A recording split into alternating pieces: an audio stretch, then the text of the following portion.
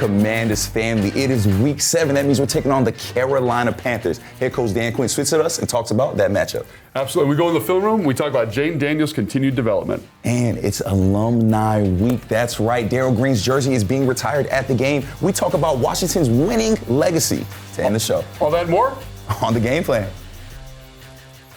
Welcoming in our head coach, Dan Quinn. Now, Coach, you and Logan will be getting to the film room a little later in the show. However, looking back at that Baltimore game, what did you see from the film from the Baltimore game that you guys can grow on this week? Well, I think coming out of it, obviously we were bent out of shape. We were disappointed to go, but to a man, what I heard in the locker room, man, we're going to learn from this. And I think that's what you want to make sure you do, that you learn the lessons that apply to you. And so it was our first time, good heavyweight fight, and I want us to be very comfortable in those environments. And so I'm glad that we had that one. We know where we stood, where to improve upon, and that's really important to know. Everybody says that, but what do you actually do about it? And so getting into this week, you get to relentlessly go after some of the things that you want to get better at. So that's the message coming out of it, said we need to find that next gear when it comes time to go get back in it, go close it, go make the play. That next gear, that's a big deal. That's going to make you feel good, though, Coach, to know that the guys are all kind of wired that same way. Like, yes. They want to get better. They want to be more competitive. Like, it's so new, but that's got to, just be such an optimistic thing for you. Yeah, and, we were not going in there to try to, hang in. We were going there to win it. And we were going to be aggressive and bold in our shots, but we did learn. And we're not there yet. But that Close. Doesn't mean we're not there. Yeah. And so it's week 7. And we got a lot of work to do between 7 and 18. And I told the team, how would we do 7 weeks? How would our team today do against the team from 7 weeks ago? And to a man, we'd say we would absolutely kick the out of the week team won. I said, well, that's progress. That has to happen again. And so 7 more weeks from now, 10 weeks from now, has to be able to whoop this team. And that comes from finding the things to improve upon. And we got a tough group of guys, and I'm proud of the fight. But there's lots of work to get done. And, Coach, you said it's only week 7. It's a very long season. And this front end of the season has been a lot of road trips and all that. How have you kept the guys locked in up until this point? We really, honestly, don't think about the season. And think of the military when they're on deployment and they have to go away. You just have to focus on the mission that you're on. And that, for us, is that game for that week. And so we'll let you guys talk about other things of down the road and divisions and all those things. But for us, it just comes down to how good can we get, and it's just this week to go get it on and play our way and our style and capture that for the team and for our fans. So every time we get it on, that's how we do it. That's got to be super helpful because you go from this emotional high, and you can kind of flush it, and you're on to the next one, right? With Carolina, and again, Carolina's a team in the NFL, and they're a competitive ball club, but it's got to be nice to be siloed like that. Yeah, there's so many things that we know we can do better, and so that's what we want to aggressively go after, man, to say, what are the things, how do we do it, what does that look like to get better? And so seeing the guys at practice, their connection, their willingness to put in the work to do it, that's where a lot of this toughness comes from, Logan, they're doing it on the practice field to bring it into the game. It's not just, hey, man, let's crank it up. It's game day. So, it's every time we battle. Don't talk about it, be about it, right? That's right. And, Coach, the Panthers made a pivot to Andy Dalton. He will be the quarterback that you will be facing. He's probably the most tenured quarterback we've faced so far. How do you prepare for a guy that has so much longevity in this league? Yeah, he's really got a remarkable consistency about him, decision-making. Think of a little bit like the point guard who knows and can see things that others can't see. Knows when to speed up against a blitz, knows when to throw it to a certain leverage onto somebody. They get him outside the pocket on keepers. They've got a very good run game to balance that out. And so having a veteran, that's able to step in the moments that you need him to is very important. And Bryce is an excellent player. And however they want to manage their guys, but Dalton specifically really has a full command of everything. And that's what you see when you study the tape. Another thing that comes out when you watch the film, to me anyway, is the offensive line seems to be playing pretty good ball. You mentioned they want to lean on them running the football. Chuba Hubbard's been pretty efficient, maybe not the total yardage, but pretty efficient. How do you handle a group that's playing well like that and then a running back that can be productive? Yeah, anytime a runner to me is over 5 yards and he's at 5.8 a carry, man, he's doing work. Is it 5.8 a carry? 5.8 a carry. Man! Yeah. And 90 yards in every game. So he plays tough. Yeah. He's got a one-cut style that can get downhill in a hurry. Got a lot of respect for especially the interior of their offensive line. They added 2 new guards during free agency this season, and they are strong. And so the 2 of them inside zone scheme, get onto people, get to the next level. The balance of the run and the play pass, that's where we have to be at our best. And, Coach, you mentioned those interior linemen. Well, we're missing an interior lineman. On the defensive side of the ball, Jonathan Allen, a big piece. How do you supplement that loss? That's a tough blow for sure. And John's got so much experience and toughness to add to the group. Johnny Newton will be the one that'll take on, a good bit of that work. And Johnny's ready to do that. He missed some time in the offseason and in the first part of training camp. But now that the reps are coming, there'll be some on-the-job training for him. But this is a player, I'm telling you, man, he is made of the right stuff. He is tough. He's going to play nasty and physical. And the more reps he's going to play, the better he's going to get. So he'll take on a good bit of that. And then it will shift it. Phil will take on to some as we go. But definitely a tough blow for us. How do you help those guys out? I mean, they're young players, inexperienced to a certain extent. I think there's some things you could do schematically. Like, do you lean into that this week going against Carolina? Yeah, you have to. And I think what you want to make sure you do, and Logan, you know this firsthand, do the things that you can do really well. Sure. And you want to start from there and then build around that. And so that doesn't mean, 12 different fronts. It means Right. These are the things that we know we can feature. These are the stunts, the movements, the blitzes that, man, I can hit that one 10 out of 10 and aggressively go get it. And for every position, that's the case. But especially when you're working in some people that, are making their mark, you've got to be able to deliver on the things that they do really well.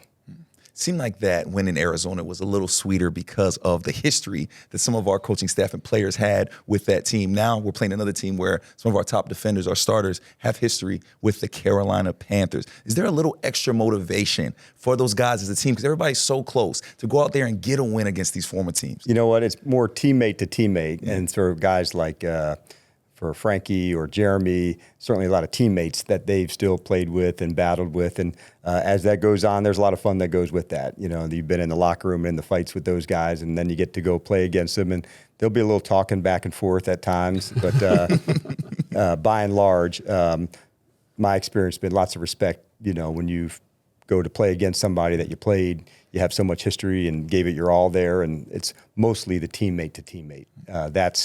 That's the connection, and that's the bond that players have with one another.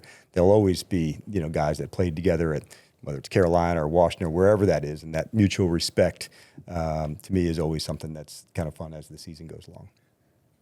Yeah, I mean, so obviously that's the defensive side of the football. Offensive side, they kind of play what I would say like a bend but don't break kind of defensive structure. How do you kind of make sure Jayden Daniels is ready for the challenges coming in there? I think number one, it's the way that we attack. And that has to be just a downpour of aggression, the run game, the play pass, the way we attack, using tempo, not using tempo, different personnel packages to go. There's so many spaces for us to get stronger. And that's been the goal for us this week, to go into this game, to play like us. And we got lots of regard for Carolina, their staff, who they are, the players there. But ultimately, we've got to get the preparation right so we can absolutely let it rip and do our thing at full speed. No hesitation, and absolutely going after it. You say play like us, like offensively, what does that mean for you? You know what I'm saying? Like when you're saying this is what Commander's offense looks like, Yep. What does that mean? I would say it's attacking. There's tempo involved. There's an excellent balance of run and pass, Right. that we get to that space to go, where run game and play pass and owning the times of possession. And we're usually at our best, Logan, when runs and completions are over 55. We've had a number of games that are in Very that successful. space Yep. where a quick game or a screen, that, is a bubble that gains 5 or 6 yards. And if that was an extended handoff, that would be the same. So I don't always think of it as just runs. Sure. I think of it as runs and completions. When you add those two together and you're in the 50s, now you're starting to talk about time of possessions and third downs and owning the clock. And if we can do that over and over again, our guys are really tough-minded. And when it comes time to go close into that space, we've got to be able to do that. And, Coach, this weekend we're retiring Darryl Green's jersey. And one of the first things you and Adam Peters did when coming through this building, you guys had Darryl Green come in, you spoke with him, you walked with him. Why was that so important to do? One of the first things you did when you got here? Yeah, I think when you're looking at an organization, you're looking for standards. And Darryl's standard as a ball player and as a man are so high. And so from Super Bowl champion to Hall of Fame player to Walter Payton, NFL Man of the Year. So when you have your on the field world in order and your off the field world in order, and those two things intersect, there's some pretty cool things. And I don't think this one will ever be broken, but 19 consecutive years with an interception. Come on, what are we talking about? And so that's amazing as a skill position player. And so standards, I would say, is the biggest reason. Were you a fan of him, like when you were watching football? I was. Yeah. And, I think all of us remember the speed, but there's also a physicality that he played with, and that doesn't always happen at that position in our league, and he definitely did it. But I think the standard, of how he played is what I remember, that what set him apart. And Coach, I think it's so cool walking around this building. You see so many legends. You got Logan walking around, Santana, Fred. You have all of these guys out here that played the game at a high level and that can teach these guys some good things. How valuable has that been for you as a coach coming into this building and seeing how the legends support this team? Yeah, it's huge. And to me, it starts with Doug Williams. And you haven't felt support unless you felt support from Doug. Like, he has your back and you feel it and you know it. And so to be able to walk into his office or discuss some things or talk about something with him is so important. And so to me, having him here on a regular basis that I get to go talk to about it, and let's be honest, to know where you want to go, you also have to know where you've been. Yes, sir. And so I guess an important thing, we know where we want to get to, but it's not like we're doing something that's never been done before here. And so we want to make sure we can capture any information, any nugget that any of these guys that could share. What was the reason? Why did that happen? What was there one thing that took place in your career that if we can share that with this generation of player, then maybe they're able to create their own standard about what it looks like moving forward. And I think that's a really cool thing to connect the past players with the present ones. And what better weekend to do it than one that we're honoring one of the best that's ever done it. Yes, sir, Coach. That insight in game is very valuable, and your insight in game is always valuable. Thanks for taking time with us, Coach. Good luck today. All right, thanks, guys. It was great hearing from Coach. Now let's hear a little more about this upcoming matchup. It's time for a competitive edge brought to you by FanDuel. Make every moment more with FanDuel, an official partner of the Washington Commanders. Here's a look at the upcoming competition for the Commanders. This is the third straight season the Panthers have started a season 1-5 or worse. Carolina has been held under 25 points in all 5 losses this season and finished with only 335 total yards last week. Washington enters Week 7 tied for second in the NFL in scoring at 29.7 points per game and leads the NFL in rushing touchdowns. The Commanders are trying to start 3-0 at home for the first time since 2005. Coming up, Logan and Coach head into the film room to talk about how Washington can get the dub. And afterwards, we'll talk alumni homecoming and Washington's winning legacy. The Game Plan is presented by Maryland Lottery. Please play responsibly.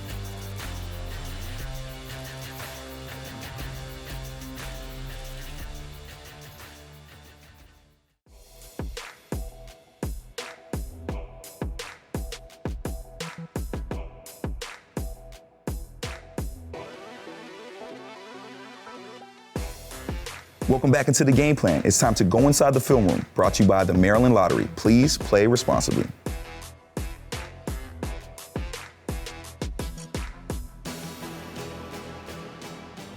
All right, Coach, got the Carolina Panthers today, and there's a couple things I'm really excited to see. And it's this guy, I'm always excited about him, but every time he touches the field, he just seems to get better. Here's, Coach, a couple clips of him just dealing, just being a baller. So we got a little play action pass here. We're going to run kind of a high cross here. Great route by Zach, but it's even better by the guy in the pocket. And every week you just see a new element to his game start to develop. Yeah, and so, bringing an excellent blitzer inside on a play pass. And so when they're bringing Roquan inside, J-Max coming to get him. But it's going to take a minute, to get to develop. And you've got to be able to run the routes full speed for Terry and Diami to absolutely clear this out for Zach to go. So that's absolute brotherhood by these two to create space where OZ and Zach can high-low, the flat defender to that side. And so you're right, man. It's fun to see Jayden grow. And each week there's new things and new areas that he's just improving on, and he's a remarkable competitor. Yeah, and again, like you mentioned the play design, this is so fun, right? You mentioned how they're controlling the flat defender, just a little kind of smoke, kind of get that guy to sit there. Great job by Terry. And then the route by Zach to kind of push him vertical at the top, create separation. Like, he just has a good feel, and it's nice to have that resource. But again, great play by It is Jayden one of Zach's superpowers, at the top of the route, to work, extension and create separation. And, when he goes up with aggressive hands to go get it, it's a really cool play. Yeah, awesome play. And again, like, that's one element. Handle himself in the pocket. This one is another one, right? Like, in the red zone, got to have it, big moments. We're going to get a cross here by Terry. We're going to get a kind of a return right here by OZ.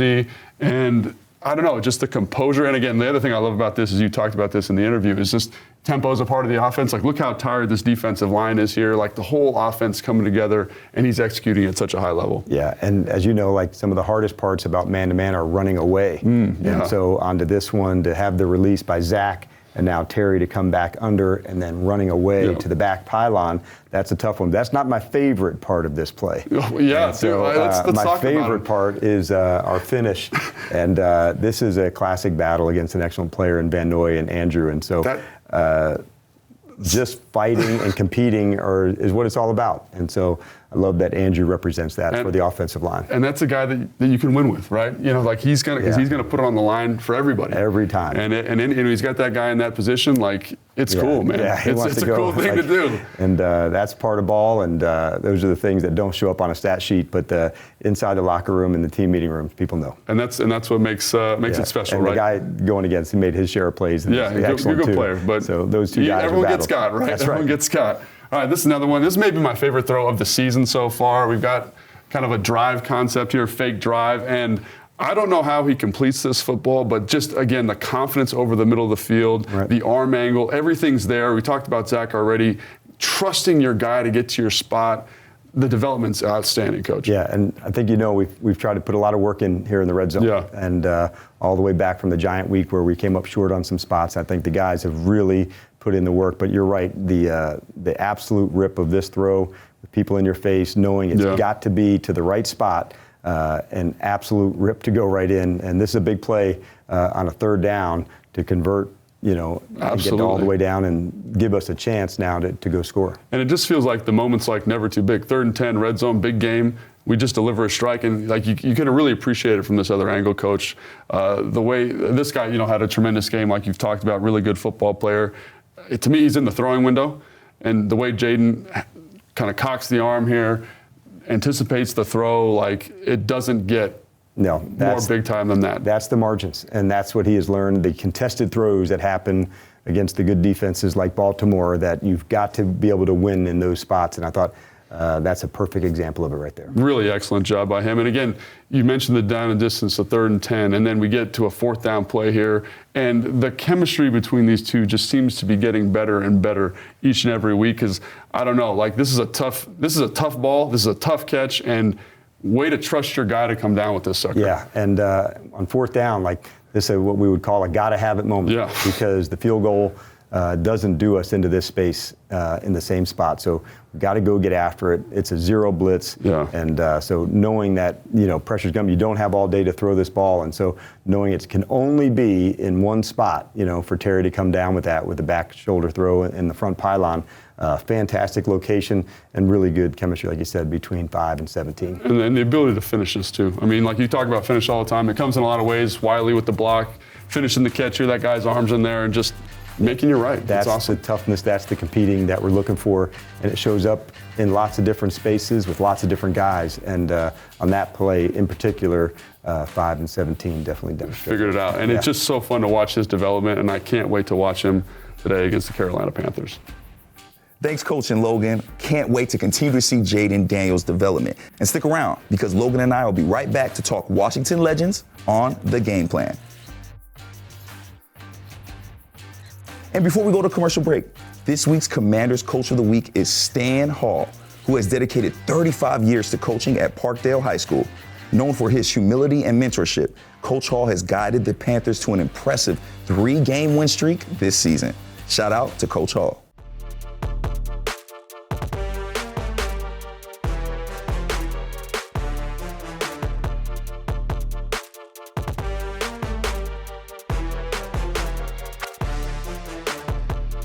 Now it's time for your Prime Player, brought to you by DC Prime, Loudoun's premier steakhouse. For dinner reservations or private dining, call 703-840-2099.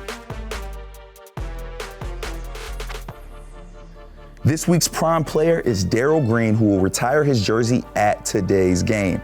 Darrell Green is considered to be one of the greatest cornerbacks to ever play the game. A first-round pick in the 1983 draft, he played a record 20 seasons for the franchise, where he totaled a club record 53 interceptions. He also holds the league record for most consecutive seasons with an interception.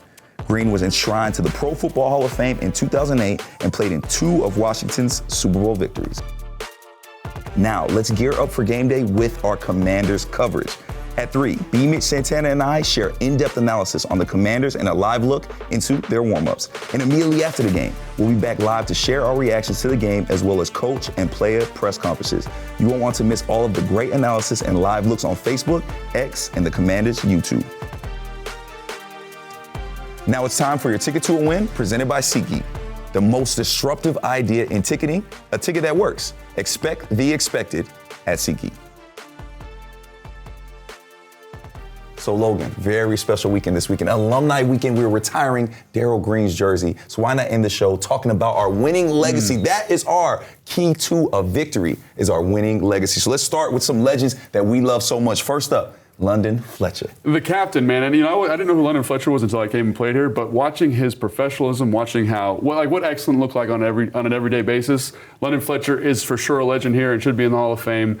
I'm really excited that I get to work with him now and that we get to work with him together. I mean, it's so great working with him. I did not get to play with him like you get all 3 of these guys. However, I've got to work with him in the studio, and man, he takes this job so seriously. I can only imagine how he was on that football field. Then our guy, Mr. Cool, the coolest guy I've probably ever met, Mr. 8 to the 9, Santana Moss. So I grew up in California, obviously, and wasn't like a local fan of the team, but like from afar, man, just what he's able to do with the football in his hands was so unique for the time. Like the explosiveness, the dynamic playmaker, and then coming to the Commander, or to the Redskins at the time, and being like, he was the coolest guy you've ever met. Coolest dude, yeah. The coolest guy you've ever met, just the kindest human being. And so, like, again, excellent football player, but an excellent human being as well. And transcended the game. Oh, absolutely. Guys like him are why the game's played today. Yeah. Tariq Hill isn't around if it's not for a guy 100%. like Santana Moss. Then your boy, number 47, Chris Cooley. Captain Chaos. And Captain Chaos, to me, again, like I got to play with the same room with him, but I was a fan in California of him because of what he was able to do with the football and how he kind of changed his position. He kind of said, tight ends now can catch the football, we can block, we can line up at wide receiver, we can do all sorts of different things. And he was, to me, one of those first guys to get that done.